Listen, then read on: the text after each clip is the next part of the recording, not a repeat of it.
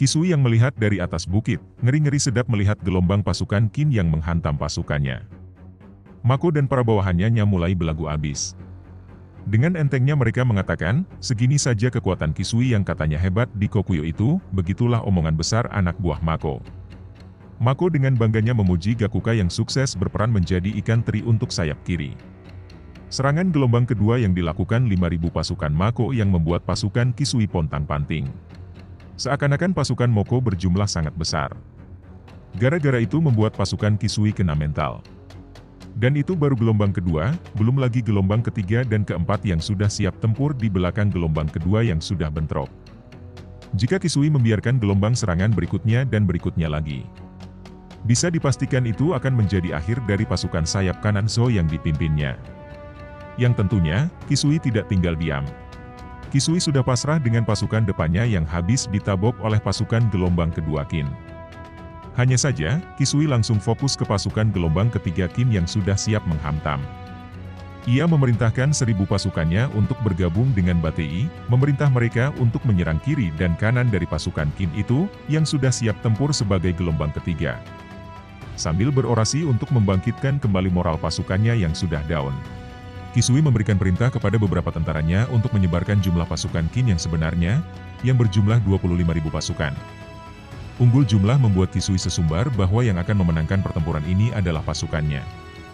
Sehingga tentaranya yang mendengar orasinya itu bangkit kembali. Pidato Kisui barusan hanya berisi satu kebohongan di antara seluruh kebenaran, yaitu serangan pasukan Gakuka di awal dan 2 serangan dari pasukan Mako. Faktanya telah menghabisi beberapa ribu tentaranya. Yang artinya saat ini jumlah mereka seimbang. Tentu saja, Kisui mengetahui fakta ini saat berpidato. Namun dalam kekacauan yang situasi terus bergejolak, sebenarnya terdapat suatu keberadaan yang Kisui rasa yang menjadi ancaman lebih besar dari pasukan Mako saat ini. Keberadaan itu bernaung di sisi kanan Kisui, yaitu Moten dan unitnya Gakuka. Bukan apa-apa Kisui sadar betul dengan situasi pasukannya sekarang. Moten punya banyak pilihan arah menghantam pasukannya. Kisui benar-benar trauma terhadap Moten, ketika anak buahnya menyarankan untuk memburu Moten, Kisui tidak berani.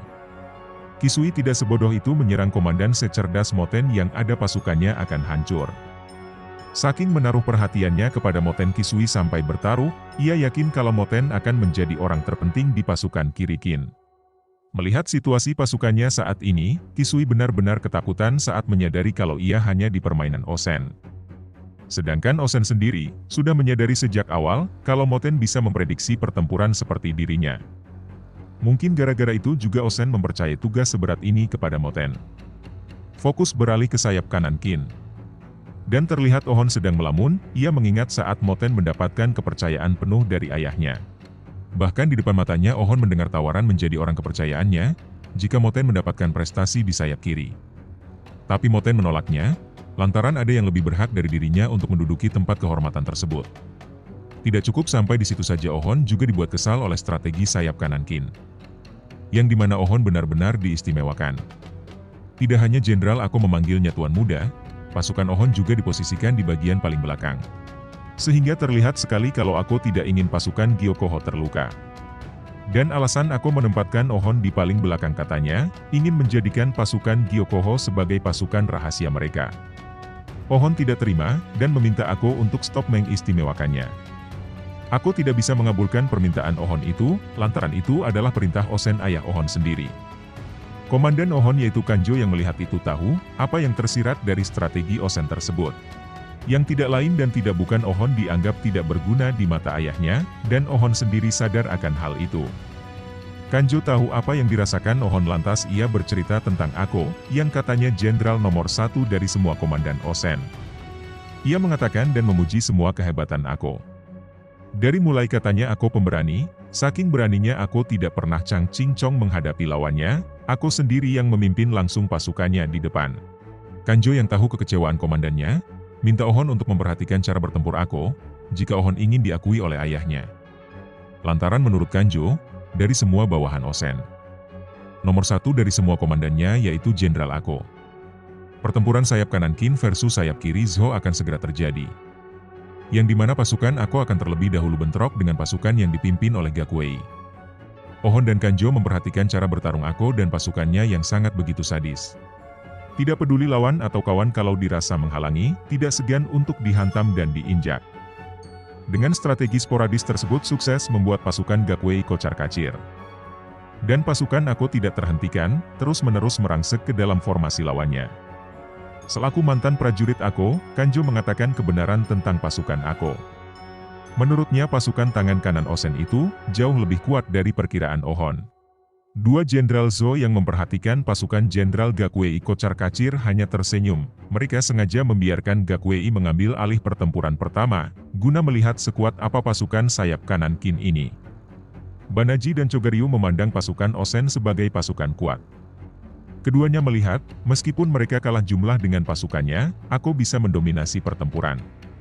Setelah mengamati pertempuran, akhirnya Banaji masuk ke dalam pertempuran. Dan gerak-gerik Banaji terpantau oleh pasukan gelombang kedua Ako. Begitu terjun ke dalam pertempuran, Banaji memecah pasukannya menjadi dua, 3.000 pasukan penyerang dan 7.000 pasukan pengecoh. Pasukan pengecoh bertugas untuk menghalau pasukan kedua Ako, membentuk dinding mencegah mereka membantu gelombang pertama. Dan pasukan penyerang bertugas nabok di sisi terlemah pasukan Ako. Chogaryu yang memperhatikan Banaji, memujinya. Ia tidak sangka kalau Banaji tidak hanya jago gelut yang tingkatannya setara Renpa, ia ahli strategi juga ternyata. Dan Chogaryu yakin kalau Banaji bakal menjadi faktor kunci kemenangan Zo di sayap kiri mereka. Berfokus kembali ke tawuran Jenderal Ako versus dua jenderal dari Zo. Pasukan Banaji, bagaikan peluru yang membelah pasukan besar Ako menjadi dua bagian. Sehingga membuat Ako tertekan. Di tengah kekacauan itu tiba-tiba muncullah satu unit kavaleri. Berderap cepat di antara gelombang pertama dan kedua yang dikelilingi oleh pertempuran sengit dari segala sisi. Dan pergerakan yang mengejutkan itu datang dari unit Gyokoho.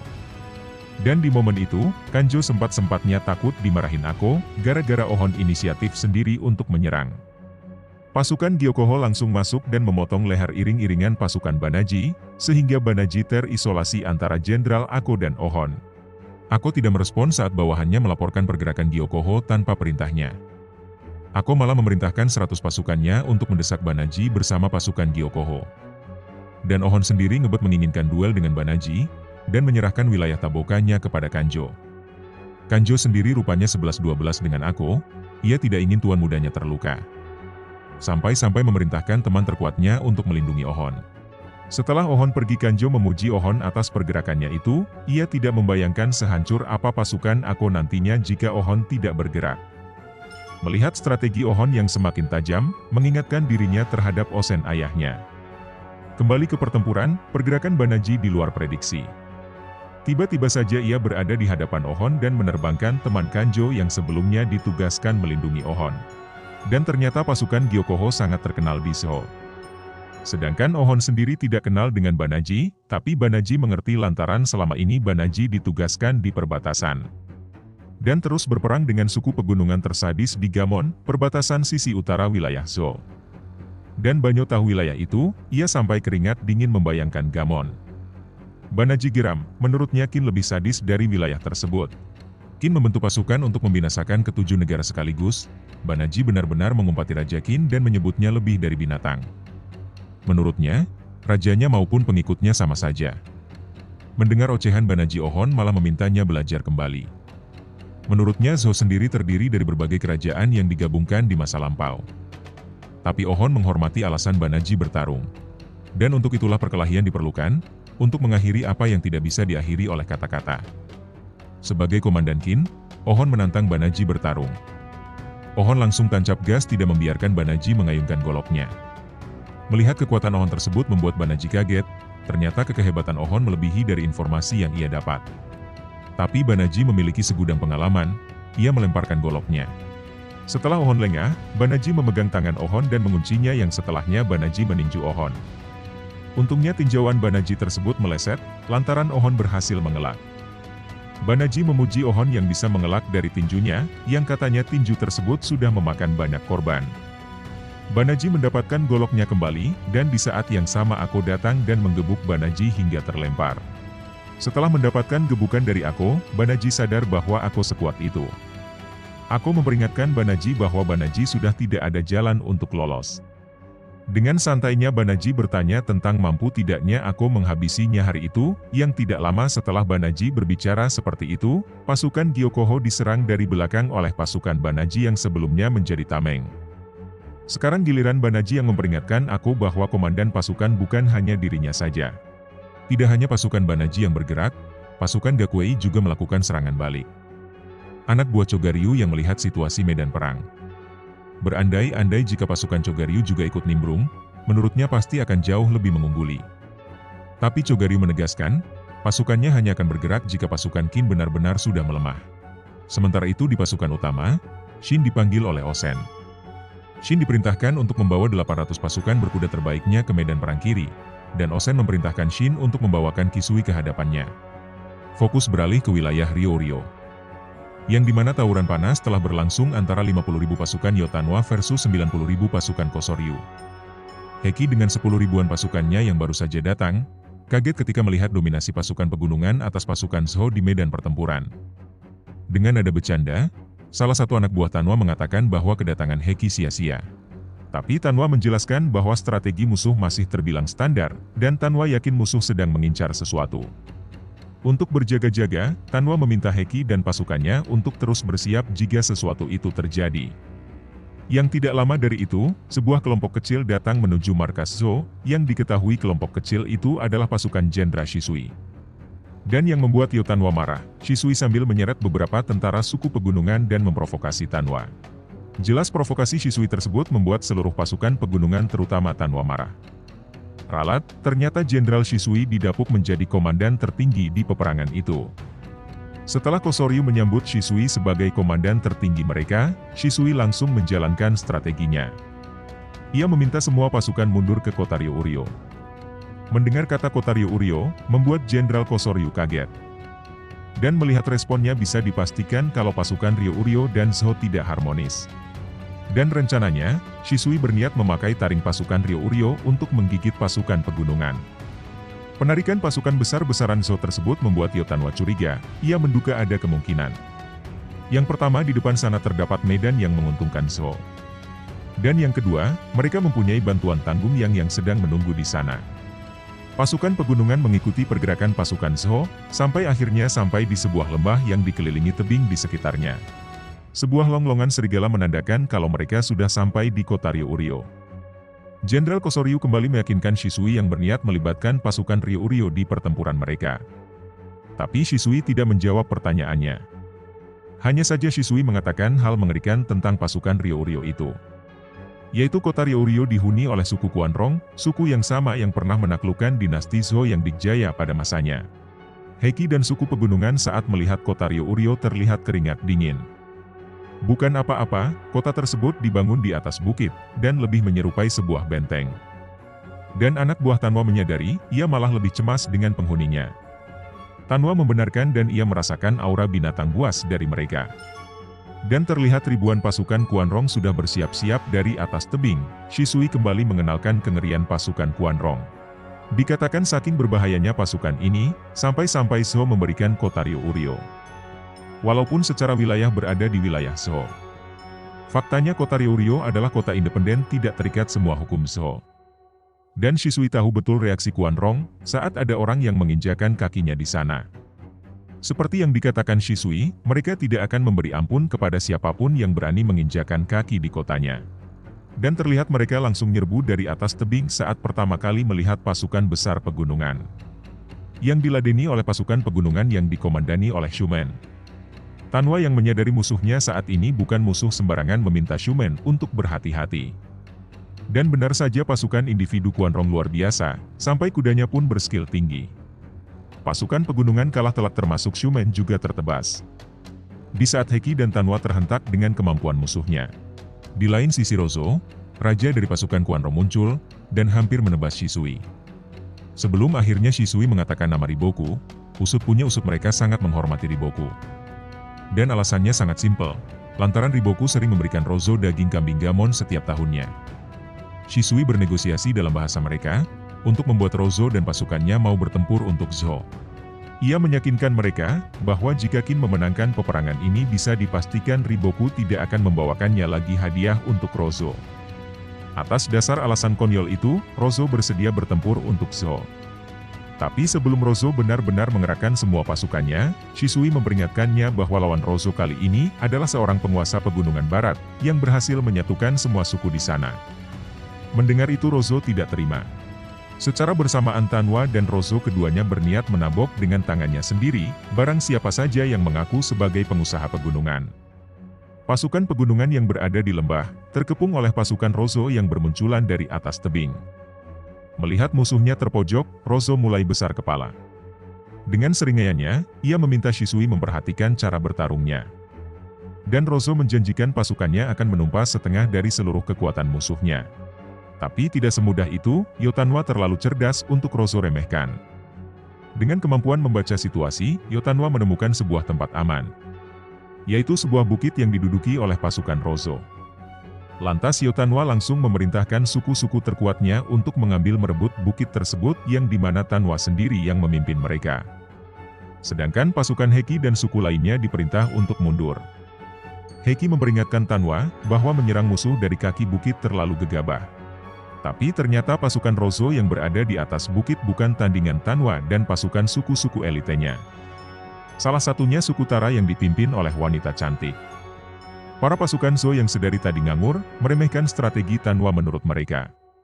Usaha Tanwa sia-sia. Tapi Rozo mengerti dengan strategi Tanwa. Rozo memperingatkan pasukan Zhou bahwa pasukan Zhou akan menangis jika pasukan Tanwa benar-benar berhasil merebut bukit. Dan benar saja setelah Tanwa berhasil merebut bukit, situasi pertempuran berbalik. Pasukan Tanwa dengan leluasa menghujani pasukan Rozo dengan anak panah dari atas bukit. Selain itu mereka juga diuntungkan dengan tingginya tebing sehingga ketika ada pasukan Rozo yang naik ke atas, pasukan Tanwa dengan enteng menjatuhkannya kembali. Dan berkat itu juga pasukan yang masih berada di lembah bisa kembali mengumpulkan pasukannya, dan membuat formasi untuk mendukung serangan Tanwa. Dan Hekilah yang paling mengerti dengan situasi tersebut. Taktik Tanwa itu mendapatkan pujian dari komandannya, Raja Vego. Sedangkan Rozo berasa menyayangkan kalau musuh cantiknya itu harus ia habisi, berfokus ke pertempuran sebelah. Setelah Shin mendapatkan mandat untuk membawa Kisui. Dengan 800 pasukan kuda terbaiknya, Shin sampai di sayap kiri Qin, tepatnya berada di belakang pasukan Mako. Dan terlihat bukit di depannya adalah markas Zhou. Tapi mata Shin dan Ten teralihkan dengan situasi pertempuran yang dimana, saat ini pasukan Mako dan Moten sukses menjepit pasukan Kisui. Shin tidak ingin ketinggalan, ia memerintahkan pasukannya untuk maju dari tengah, sambil meneriakkan kalau Kisui adalah miliknya. Dan dengan bergabung unit Hisin ke pertempuran, posisi Kisui saat ini semakin terpojok. Ia ditargetkan dari kedua sampingnya oleh Mako dan Moten. Sedangkan dari tengah diserang oleh Shin dan unitnya. Jalan unit Hisin menuju markas Zhou berjalan dengan mulus. Lantaran pasukan Zhou tersibukkan oleh keduanya sisi mereka yang dijepit oleh pasukan Moten dan Mako.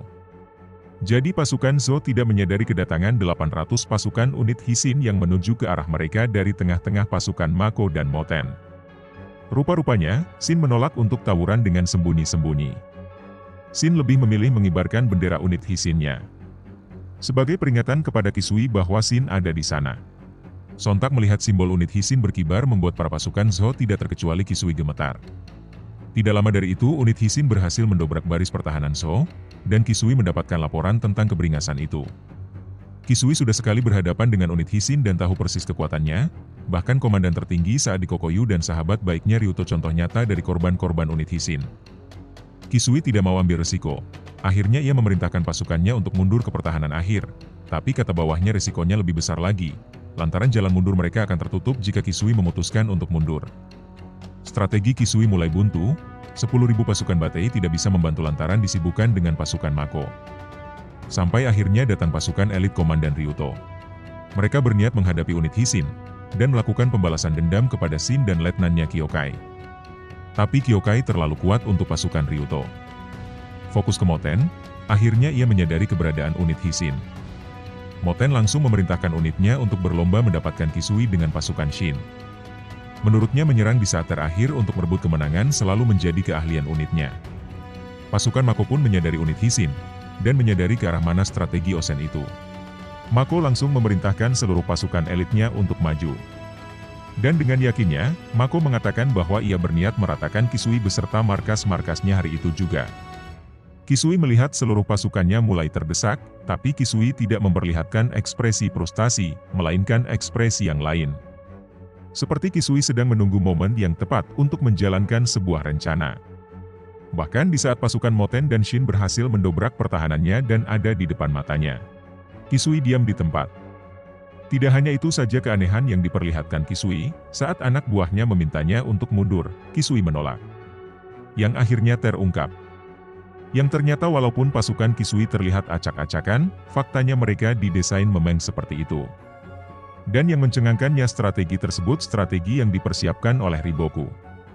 Di saat semua pasukan Qin terfokus memburu Kisui, tanpa disadari pertahanan Mako melemah. Di saat Osen mengirimkan unit Hisin sebagai pasukan kejutannya. Dari pihak Zhou yang turun bukan lagi sekelas jenderal biasa, melainkan Riboku sendiri yang turun tangan. Yang berakhir Mako tewas tersuntik pedang Riboku. Dan itu benar-benar Riboku, komandan tertinggi pasukan Zhou yang dikawal oleh para komandan mudanya.